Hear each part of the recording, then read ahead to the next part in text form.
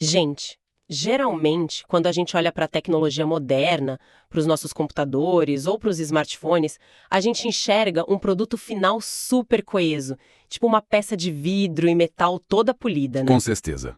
Aquela coisa limpa, quase mágica. Exatamente. Mas, se a gente for parar para pensar na essência mesmo da arquitetura de hardware, a imagem é bem diferente, sabe? Eu gosto de imaginar um cenário quase de ficção científica. Lá vem. Pode falar. Imagina um cérebro humano, assim, absolutamente brilhante, capaz de processar bilhões de cálculos numa fração de segundo. Aham.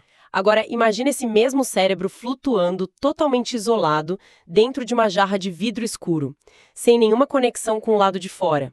Nenhuma luz, nenhum som. Nossa, é uma imagem brutal. Mas olha, descreve perfeitamente o que é uma unidade central de processamento. A famosa CPU. Pois é, na sua forma mais pura, né? Sim, porque um processador não tem olhos para captar a luz do ambiente, ele não tem ouvidos para escutar som nenhum e não tem mãos para interagir com o espaço físico. Fica lá no escuro. Exato. Ele fica ali, cravado no centro da placa-mãe, processando o vazio absoluto, até que alguma coisa traga informações do mundo real para dentro dessa redoma de vidro. E é exatamente isso que torna a nossa investigação de hoje tão crucial. Eu tô super animada, porque a missão dessa nossa imersão é literalmente tirar esse cérebro da jarra. Essa é uma ótima forma de colocar as coisas. Vamos usar o material de estudo que a gente tem em mãos, focando especificamente em destrinchar a famosa questão 2 desse pacote de fontes.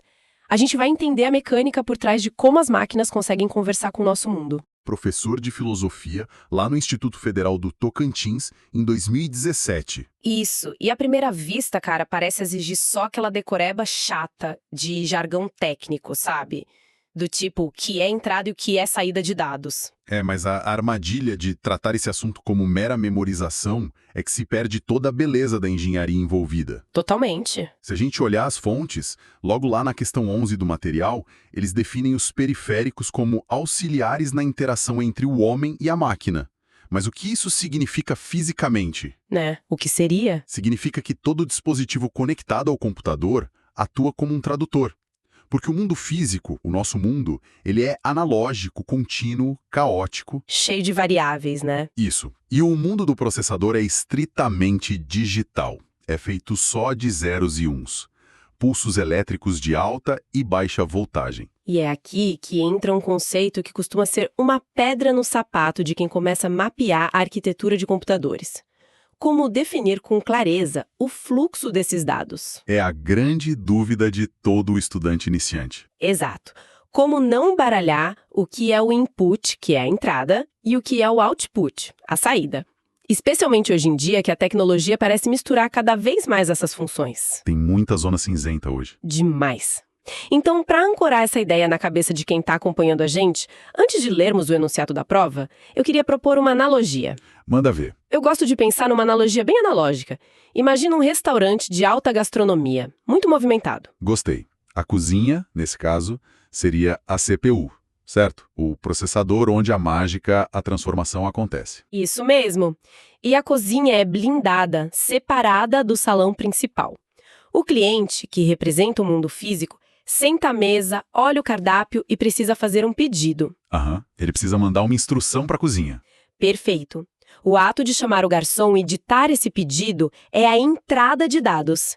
É a instrução viajando do salão para dentro da cozinha. E aí a cozinha recebe isso. Exato. Recebe, processa os ingredientes, frita, grelha, monta o prato, e então o fluxo precisa se inverter, né? A comida tem que chegar no cliente. Sim, o garçom sai da cozinha equilibrando a bandeja e traz o prato pronto de volta para a mesa.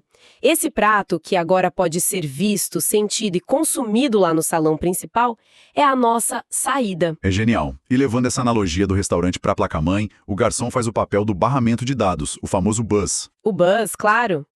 E o que define se um dispositivo é de entrada ou de saída é a direção exclusiva em que esse garçom caminha. Dá para criar uma regra de ouro aí, né, para ajudar na memorização rápida. Com certeza. A regra é a seguinte: na entrada, a informação nasce fora da máquina, através de uma ação física nossa, e entra no cérebro da máquina.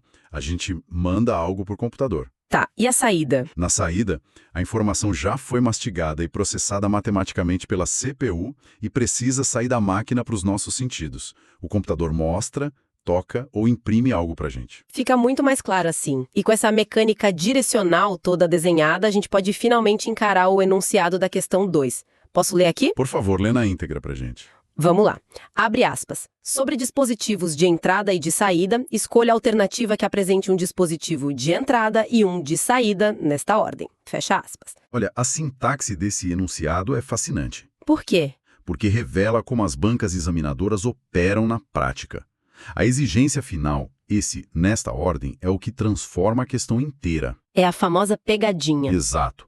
Não se trata apenas de identificar um par complementar qualquer. O enunciado exige um sequenciamento lógico e cronológico. Ou seja, a alternativa correta precisa obrigatoriamente iniciar com um dispositivo que injeta dados no sistema, o cliente fazendo o pedido. Isso.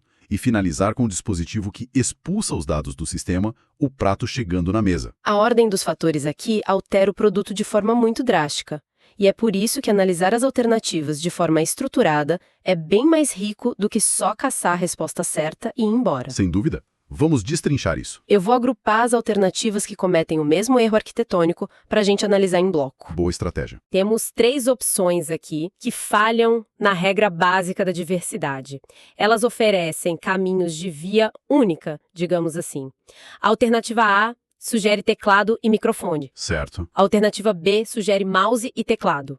E a alternativa E sugere webcam e teclado. Todas essas 3 alternativas oferecem pares que aprisionam os dados. Aprisionam? Como assim? Elas enviam a informação lá para a cozinha do seu restaurante, mas o prato nunca retorna para o salão. São 2 clientes fazendo o pedido e nenhum prato saindo. Faz sentido. E vale a pena a gente entender o mecanismo físico por trás de cada um desses equipamentos para compreender por que eles são estritamente portas de entrada. Boa. Vamos pegar o teclado, por exemplo, que aparece nessas 3 alternativas incorretas e é citado nas fontes como o padrão absoluto de input, né? O clássico. Mas como que a tecla pressionada vira um dado na prática? Na essência da coisa, debaixo de cada tecla que a gente bate, existe um interruptor numa matriz de circuitos. Quando uma tecla é pressionada, o circuito ali embaixo se fecha. Como um interruptor de luz. Tipo isso. E aí ele envia um pequeno sinal elétrico. O microcontrolador dentro do próprio teclado identifica a coordenada exata desse circuito que foi fechado. Ah, ele sabe que foi a letra A, por exemplo. Exatamente. E aí ele envia um código, um scan code, através do cabo USB ou da conexão sem fio, direto para o computador. É um fluxo puramente mecânico para digital. Não tem caminho de volta. Nenhum. O teclado não tem a capacidade de receber um documento de texto da CPU e exibir as palavras piscando nas próprias teclas. O caminho é unidirecional. A informação só entra. Perfeito. Agora, tem uma dúvida aqui que surge naturalmente e que costuma derrubar muita gente em prova. Eu mesma faria essa confusão se não fosse bem treinada. Qual dúvida? A alternativa A, que você mencionou, ela pareia o teclado com o microfone. O teclado tem essa mecânica óbvia de eu digito e a máquina recebe. Mas o microfone... Espera, o microfone não está lidando com o som que eu escuto? É uma confusão muito comum. Pois é, porque ele não é saída? Tem música envolvida, tem voz. A gente associa som com algo que sai para o ambiente. Sim. E essa associação mental que a gente faz com a música finalizada é exatamente o que a banca examinadora espera explorar para te derrubar. Caramba! A gente precisa olhar para o microfone como um transdutor. Transdutor, traduz isso pra gente. Um transdutor é um dispositivo que converte uma forma de energia em outra. O que o microfone faz fisicamente ali no seu podcast, na sua chamada, ele possui um diafragma minúsculo e extremamente sensível. Uma membrana. Isso. Quando as ondas sonoras da sua voz, do ambiente, atingem esse diafragma, ele vibra. Essa vibração mecânica move uma bobina dentro de um campo magnético E isso gera eletricidade. gera uma corrente elétrica analógica variável. Uma corrente que representa perfeitamente o som que foi captado. Ah, entendi. Mas ainda não é o dado digital para o computador, né? Não, ainda não. Essa corrente analógica flui pelo cabo do microfone até a placa de som do computador. Lá, ela passa por um componente supercrítico chamado ADC. ADC. O que é isso? Conversor analógico digital. O ADC pega essa onda elétrica, amostra ela milhares de vezes por segundo e transforma tudo em números. Em zeros e uns. Exatamente. Código binário que a CPU consegue armazenar e processar. Então repara em todo esse trajeto, desde a onda sonora no ar até o código binário no disco rígido. A informação tem um único destino: O interior da máquina. entrar no cérebro. Perfeito. O microfone não consegue pegar um arquivo MP3 do seu HD e tocar no ar para você ouvir.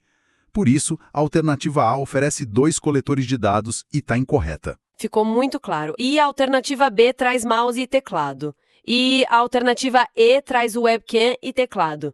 O mecanismo de via única se repete de forma implacável nessas duas também, né? Se repete, o mouse não exibe absolutamente nada, ele só capta. Mesmo os mouses mais antigos? Mesmo os antigos, aqueles de bolinha, eles usavam roletes mecânicos que interrompiam feixes de luz infravermelha para calcular as coordenadas X e Y da sua mão. Nossa, era muito analógico. Era. E hoje, os mouses ópticos funcionam literalmente tirando milhares de fotografias microscópicas da superfície da sua mesa por segundo só para calcular para onde sua mão está indo. É pura coleta de dados. Entrada. Entrada pura.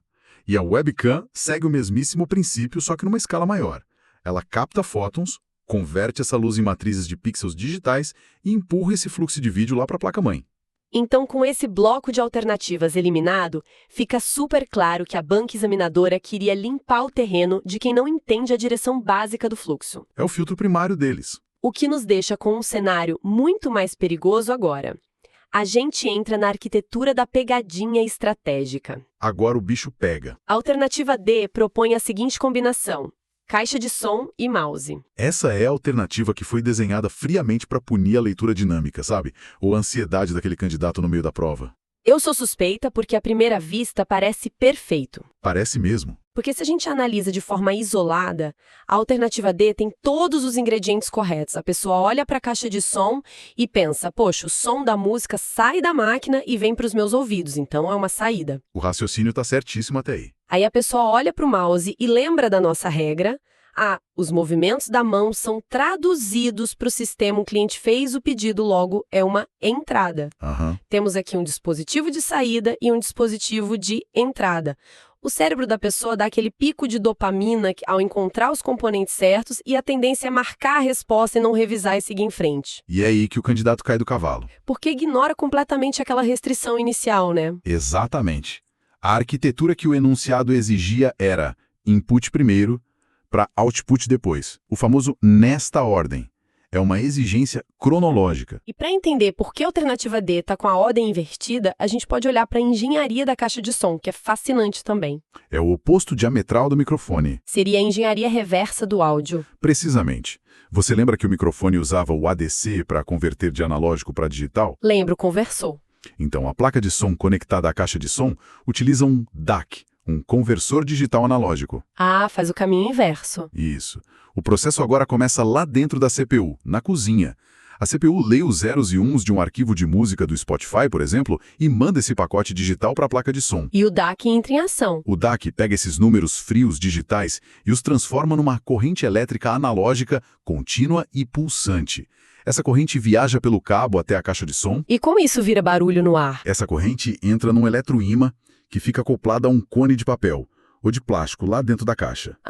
Eu já vi isso tremendo nas caixas maiores. Exato. A variação desse eletroímã faz o cone vibrar furiosamente, e isso empurra as moléculas de ar da sua sala e cria as ondas sonoras que os nossos tímpanos conseguem detectar. Ou seja, o fluxo nasceu puramente digital, lá dentro da jarra de vidro, e foi ejetado para o mundo físico. O prato chegou no salão.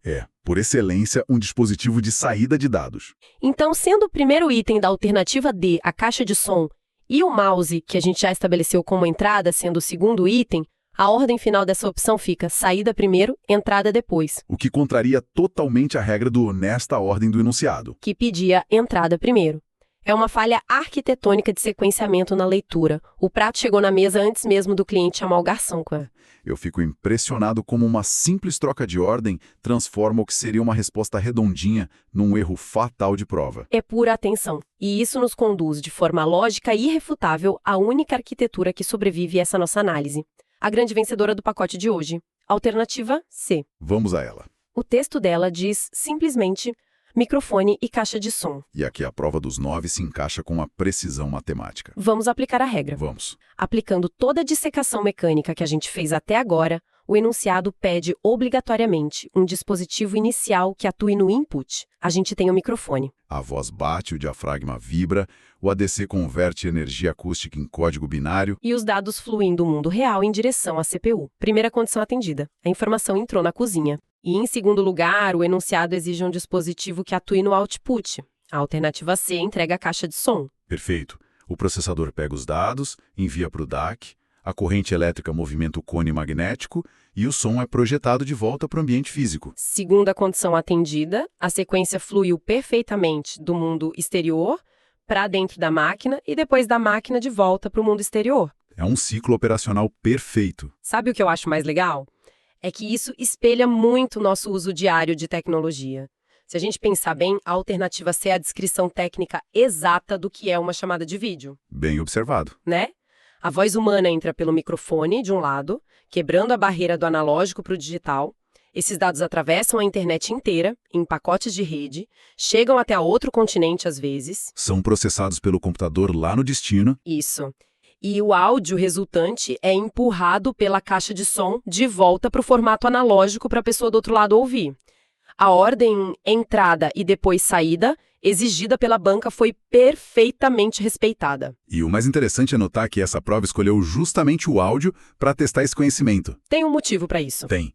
Porque o áudio requer um entendimento um pouquinho mais abstrato do que os exemplos de imagem ou de texto. É verdade. É muito mais intuitivo para as pessoas aceitarem que uma tela de monitor exibe coisas e é saída, e que uma câmera captura imagens e é entrada. É visual, né? Fica fácil. Mas o áudio, por ser invisível e preencher o ambiente, exige que o candidato entenda o caminho elétrico do sinal, senão ele cai na pegadinha da alternativa D. O que comprova para quem está ouvindo que mesmo nas avaliações mais básicas de informática, entender o como e o porquê os componentes interagem vale infinitamente mais do que tentar memorizar aquelas listas intermináveis de equipamentos. Eu concordo em gênero, número e grau. Missão cumprida, então. Tiramos o cérebro da jarra. Tiremos, mas, olha, tem um ponto aqui. Essa taxonomia rígida que a questão explora, de separar firmemente o que é entrada e o que é saída, levanta uma reflexão bem provocativa quando a gente cruza com as outras anotações do material de estudo. É mesmo? O que você encontrou? Se a gente expandir a nossa visão além da questão 2 e observar o que está nas questões 4, 6, 8 e 9, surge uma terceira via na arquitetura de periféricos. O material aborda os chamados dispositivos híbridos ou dispositivos mistos. Pera um pouco, deixa eu ver se entendi. Se a arquitetura clássica exige que a informação viaje por barramentos superespecíficos, ou entrando ou saindo, como que fica a linha divisória hoje em dia? Porque ela parece cada vez mais turva. Cada vez mais apagada. Pensemos, por exemplo, no controle de um videogame atual, tipo o do PlayStation 5. O usuário pressiona os gatilhos, movimentos analógicos, injetando dados no sistema para movimentar o boneco na tela. Isso é claramente entrada, o cliente fazendo o pedido. Exato. Mas, ao mesmíssimo tempo, os motores internos lá no controle geram vibrações complexas, aquele feedback áptico que simula a textura do terreno do jogo direto nas mãos de quem está jogando. E isso é claramente saída, a máquina respondendo para o seu corpo. Pois é, então o controle de videogame quebrou a nossa regra direcional. Ele é os dois. Esse questionamento é fundamental porque expõe a evolução dos barramentos e das interfaces de comunicação. O controle não quebra a regra da física, ele não faz milagre. Tá. E o que ele faz? Ele acumula componentes. Dentro de um controle moderno, você tem coexistindo conversores ADC, para ler a posição dos seus dedos, e conversores DAC, acoplados aos motores de vibração, para gerar resposta física. Tudo no mesmo aparelho. Exato. A complexidade aumentou tanto que o periférico encapsula duas pontes distintas numa mesma carcaça.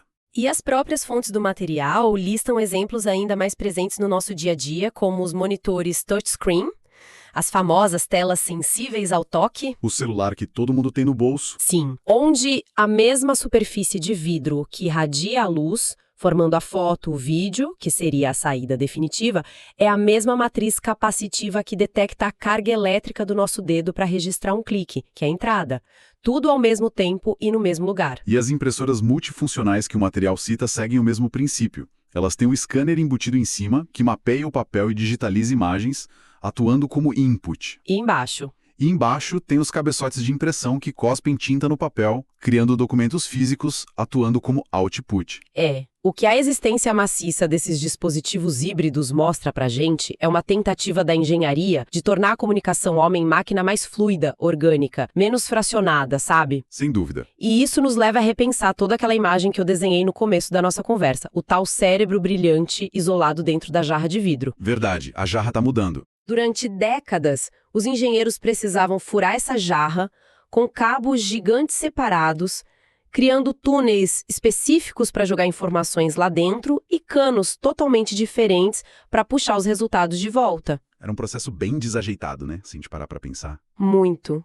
Os periféricos separados em cima da mesa, aquele teclado pesado, o mouse com fio, aquelas caixas de som gigantescas de plástico, eram só atalhos primitivos para traduzir um mundo analógico. E a grande provocação que emerge da leitura de todas essas questões de prova juntas é justamente sobre a obsolescência dessa divisão. Como assim? Você acha que vai acabar? Com o avanço das interfaces cérebro-computador e dos sensores invisíveis inseridos na nossa casa inteligente, o conceito de vou pegar um dispositivo de entrada vai sumir. Não, isso é verdade. Óculos de realidade aumentada, por exemplo. Sim, quando os óculos mapeiam o movimento da sua retina instantaneamente e já ajustam a imagem projetada na lente com base para onde o seu olho está apontando, o fluxo de entrada e saída ocorre em frações de milissegundo, de forma simultânea. É um fluxo tão contínuo que não tem mais aquela separação clara. Não é mais o cliente fazendo o pedido, esperando e o garçom trazendo o prato. Não mesmo. A cozinha já sabe exatamente o que o salão quer antes mesmo da instrução ser totalmente formulada em voz alta. É a antecipação do dado. Cara, a taxonomia que a gente acabou de dissecar com tanto rigor hoje, de separar quem injeta dados e quem cospe dados, pode se tornar em muito pouco tempo só uma curiosidade histórica no Museu de Tecnologia. Eu não duvido nada. Uma era onde a interação digital vai ser tão invisível que a gente não vai mais saber onde termina o tecido biológico, humano e onde começam os conversores digitais da máquina. Onde termina o braço e começa a placa-mãe. É um pensamento que explode a cabeça. Total. Fica essa pulga atrás da orelha para quem vai sentar no computador agora e olhar de perto para o próprio teclado e monitor hoje. Gente, muito obrigada pela companhia nessa nossa investigação. Até a próxima imersão.